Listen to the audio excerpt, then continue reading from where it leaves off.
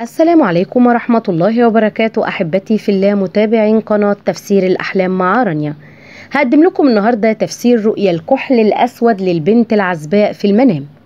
يقول معظم المفسرين العلماء أن رؤية الشخص للكحل في المنام هي رؤية طيبة، إن دلت على شيء فإنها تدل على صلاح الرائي وحسن أخلاقه وطيب حياته. كما يدل رؤيا الكحل في المنام أيضا على قوة البصر وحدته وقدرة الرائي على اتخاذ القرارات بتروي ودون أي تسرع.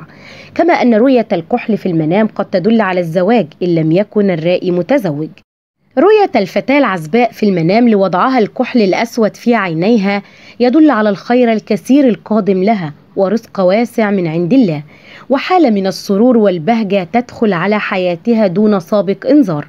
إذا رأت الفتاة العزباء بأنها تضع الكحل الأسود لأحد أفراد عائلتها الغير متزوجات أو أحد صديقاتها المقربات، فإن هذا الشخص القريب سوف يحصل على فرج قريب، وقد يكون زواج في القريب العاجل أو رزق فيه خيرا كثيرا.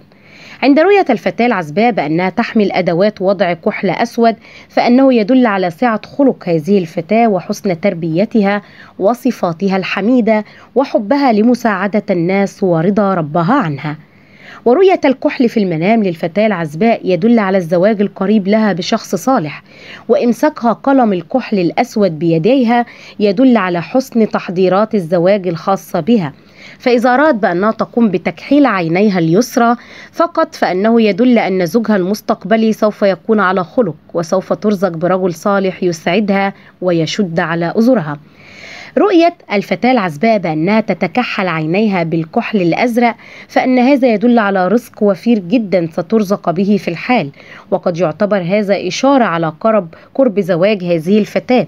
وضع الكحل داخل المكحلة فأن الله سوف يفتح لها أبواب الرزق من حيث لا تعلم.